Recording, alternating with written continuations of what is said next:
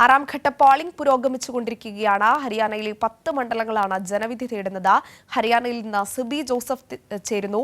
സിബി, വലിയ രീതിയിലുള്ള ഭരണവിരുദ്ധ വികാരം ഹരിയാനയിൽ നമുക്ക് കാണാൻ സാധിക്കും. എന്താണ് പോളിംഗ് ആരംഭിച്ച ആദ്യ മണിക്കൂറുകളിലെ കാഴ്ചകൾ എങ്ങനെയാണ്? അഞ്ജന, ഹരിയാനയിൽ എന്തായാലും പോളിംഗ് രാവിലെ 7 മണിക്ക് തന്നെ ആരംഭിച്ചിട്ടുണ്ട്. 10 ലോക്സഭാ മണ്ഡലങ്ങളിലേക്കാണ് പോളിംഗ് ഇന്ന് ഇപ്പോൾ നടക്കുന്നത്. ഒറ്റഘട്ടമായി 10 ലോക്സഭാ മണ്ഡലങ്ങളിലേക്ക് ഇന്ന് വോട്ടെടുപ്പ് പൂർത്തിയാക്കുകയും ചെയ്യും. എന്തായാലും രാവിലെ 7 മണി മുതൽ തന്നെ വലിയ നീണ്ട ക്യൂ ആണ് ഈ ബൂത്തിൽ കാണാൻ കഴിയുന്നത്. പ്രത്യേകിച്ച് ഹരിയാനയിൽ അതികഠിനമായ ചൂട് അനുഭവപ്പെടുന്ന ഒരു സംസ്ഥാനം കൂടിയാണ്. പ്രത്യേകിച്ച് നോർത്ത് ഇന്ത്യയിലാകമാനം ഇപ്പോൾ കനത്ത ചൂട് തുടങ്ങിയിരിക്കുന്നു. ഹരിയാനയിലും യു പിയിലും ദില്ലിയിലുമൊക്കെയാണ് ഏറ്റവും അധികം ചൂട് രേഖപ്പെടുത്തിയിട്ടുള്ളത്. 45 മുതൽ 47 ഡിഗ്രി വരെ ചൂടുണ്ട്. അതുകൊണ്ട് തന്നെ രാവിലെ തന്നെ വോട്ടർമാർ പരമാവധി വോട്ട് രേഖപ്പെടുത്തുക എന്നുള്ള ഒരു ലക്ഷ്യത്തോടു കൂടി തന്നെയാണ് എന്നുള്ളതാണ് നമുക്ക് ഈ ഒരു ദൃശ്യങ്ങളിൽ തന്നെ നമുക്ക് നേരിട്ട് കാണാൻ കഴിയുന്നത്. എല്ലായിടത്തും നല്ല തിരക്കാണ്, നീണ്ട ക്യൂ തന്നെ രാവിലെ മുതൽ തന്നെ ഉണ്ട്. ഞാനിപ്പോൾ നിൽക്കുന്നത് ഹരിയാനയിലെ ഏറ്റവും ഒരു VIP മണ്ഡലമായ രോഹ്തക്കിലാണ്. രോഹ്തക്കിലെ സാംഘി ഗാവിലാണ് ഞാനുള്ളത്. ആ സാംഘി ഗാവിലാണ്, ഇവിടുത്തെ പോളിംഗ് ബൂത്തിലാണ് കോൺഗ്രസിൻ്റെ പ്രധാനപ്പെട്ട മുഖവും മുൻ മുഖ്യമന്ത്രിയുമായ ഭൂപീന്ദർ സിംഗ് ഹൂഡ ഇവിടെ വോട്ട് ചെയ്യുന്ന ഒരു ബൂത്ത് കൂടിയാണ്. അദ്ദേഹത്തിൻ്റെ മകൻ ദീപേന്ദർ സിംഗ് ഹൂഡയാണ് കോൺഗ്രസിൻ്റെ സ്ഥാനാർത്ഥി. അതുകൂടാതെ മറ്റ് അദ്ദേഹത്തിൻ്റെ കുടുംബം എല്ലാം തന്നെയും വോട്ട് ചെയ്യുന്ന ഒരു ബൂത്ത് കൂടിയാണ്. അത് അങ്ങനെ ഒരു VIP മണ്ഡലത്തിലെ ഏറ്റവും പ്രധാനപ്പെട്ട ഒരു വോട്ട് രേഖപ്പെടുത്തുന്ന ബൂത്ത് കൂടിയാണ് ഇത്. എന്തായാലും നീണ്ട ക്യൂ ഇവിടെ കാണാൻ കഴിയും. 11 മണിയോടെ ഭൂപേന്ദർ സിംഗ് ഹൂഡയും ദീപേന്ദർ സിംഗും ഇവിടെ എത്തുമെന്നുള്ളതാണ് നമുക്ക് ലഭിക്കുന്ന വിവരം.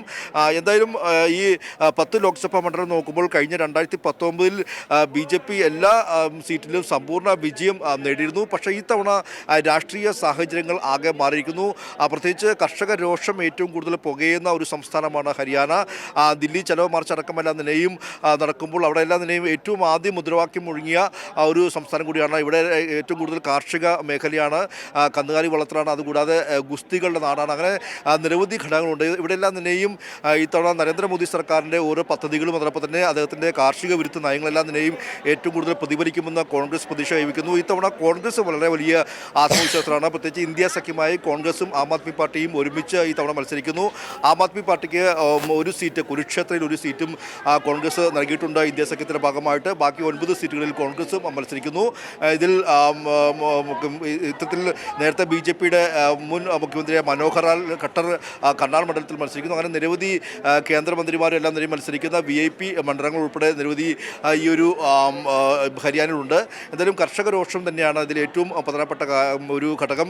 പ്രത്യേകിച്ച് ജാട്ട് സമുദായം കൂടുതലും കർഷകരാണ്. ഈ ജാട്ട് സമുദായത്തിൻ്റെ വളരെ വലിയൊരു അതിർത്തി BJP സർക്കാർ, സംസ്ഥാന സർക്കാരിനെതിരെയും കേന്ദ്ര സർക്കാരിനെതിരെയും ഉണ്ട്. അത് മാത്രമല്ല രജപുത്ര സമുദായം, അതായത് ക്ഷത്രിയ വംശജർ, അവരെല്ലാം തന്നെയും ഈ തവണ കോൺഗ്രസിന് പരസ്യമായ ഒരു പിന്തുണ പ്രഖ്യാപിച്ചിട്ടുണ്ട്. അങ്ങനെ ഏറെ നിർണായകമാകുന്നു, സമുദായിക വോട്ടുകൾ നിർണായകമാകുന്നു, കർഷക വോട്ടുകൾ നിർണായകമാകുന്ന ഒരു സംസ്ഥാനം കൂടിയാണ്. അതുകൂടാതെ മറ്റൊന്ന് ഈ അഗ്നിവീർ പദ്ധതി, നരേന്ദ്രമോദി സർക്കാരിൻ്റെ അഗ്നിവീർ പദ്ധതി എല്ലാം തന്നെയും വളരെ വലിയ രീതിയിൽ ചർച്ച ചെയ്യപ്പെടുന്ന സംസ്ഥാനമാണ്. പ്രത്യേകിച്ച് ഇവിടെ ഹരിയാനയിലെ ഓരോ ഗ്രാമങ്ങളിലും 50-നും 60-നും അധികം പട്ടാളക്കാർ ഉണ്ട് എന്നുള്ളതാണ് ഇവർ തന്നെ പറയുന്നത്. അതുകൊണ്ട് തന്നെ അഗ്നിവീർ പദ്ധതി എല്ലാം നിലയും നിരവധി ചർച്ച ചെയ്യപ്പെടുന്നു.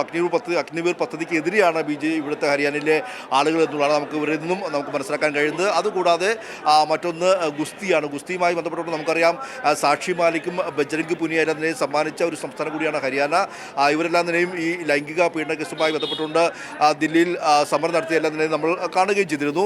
ഇതെല്ലാം തന്നെയും വളരെ വലിയ രീതിയിൽ ചർച്ച ചെയ്യപ്പെടുന്ന ഒരു സംസ്ഥാനം കൂടിയാണ് ഈ ഒരു ഹരിയാന എന്ന് പറയുന്നത്. അതുകൊണ്ട് തന്നെ ഇത്തവണ കോൺഗ്രസിനെ സംബന്ധിച്ച് അനുകൂലമായ രാഷ്ട്രീയ സാഹചര്യമുണ്ട് എന്ന് തന്നെയാണ് കോൺഗ്രസ് കരുതുന്നത്. അതേസമയം തന്നെ BJPയെ സംബന്ധിച്ച് നോക്കുമ്പോൾ വളരെ വലിയ തിരിച്ചടി ആദ്യം മുതൽ തന്നെ അവർ ഭയന്നിരുന്നു. മാത്രമല്ല തെരഞ്ഞെടുപ്പ് പ്രചരണ രംഗത്തിലെല്ലാം തന്നെയും ഈ കർഷക ഗ്രാമങ്ങളിൽ പോലും BJP സ്ഥാനാർത്ഥികളെ വിലക്കുന്ന ഒരു സാഹചര്യം കൂടി ഉണ്ടായി. അങ്ങനെ ഒരു വലിയ വെല്ലുവിളി BJPക്ക് ഇത്തവണ ഉണ്ട് എന്ന കാര്യത്തിൽ യാതൊരു സംശയമില്ല. എന്തായാലും 2019-ൽ 10 സീറ്റ് ലഭിച്ചെങ്കിൽ ഈ തവണ BJPയുടെ കാര്യം പരുങ്ങലാണ്. പക്ഷേ അതേസമയം തന്നെ വളരെ വലിയ വരവ് നടത്തുമെന്ന് കോൺഗ്രസ് പ്രതീക്ഷിക്കുന്ന ഒരു സംസ്ഥാനം കൂടിയാണ് ഹരിയാന. എന്തായാലും ഹരിയാനയിലെ വോട്ടെടുപ്പ് പുരോഗമിക്കുകയാണ്. മാസങ്ങൾ നീണ്ട വലിയ പ്രചരണമായിരുന്നു, കൊടുംചൂടിനെയും അവഗണിച്ചുകൊണ്ടുള്ള വലിയ പ്രചരണമായിരുന്നു. ആ പ്രചരണത്തിൻ്റെ ഒരു ഫലം നമുക്കിപ്പോൾ ഈ ദൃശ്യങ്ങളിൽ കാണാൻ കഴിയും, ഇവിടെ കൃത്യമായി കാണാൻ കഴിയും.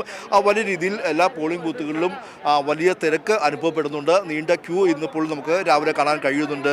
അഞ്ജന സൂചിപ്പിച്ചതുപോലെ തന്നെ വലിയ രീതിയിലുള്ള പോളിംഗ് ശതമാനം ചിലപ്പോൾ ഉണ്ടാകാനുള്ള സാധ്യത ഹരിയാനയിൽ നമുക്ക് തള്ളിക്കളയാൻ സാധിക്കില്ല. രാവിലെ തന്നെ പോളിംഗ് ബൂത്തുകളിലൊക്കെ വലിയ തിരക്ക് തന്നെയാണ് അനുഭവപ്പെടുന്നത്. ആദ്യഘട്ടത്തിൽ എന്തായാലും നല്ല രീതിയിൽ ആളുകൾ വോട്ട് ചെയ്യാൻ എത്തുന്ന കാഴ്ചയാണ് ഹരിയാനയിൽ നിന്ന് സിബി ജോസഫ് പങ്കുവച്ചത്.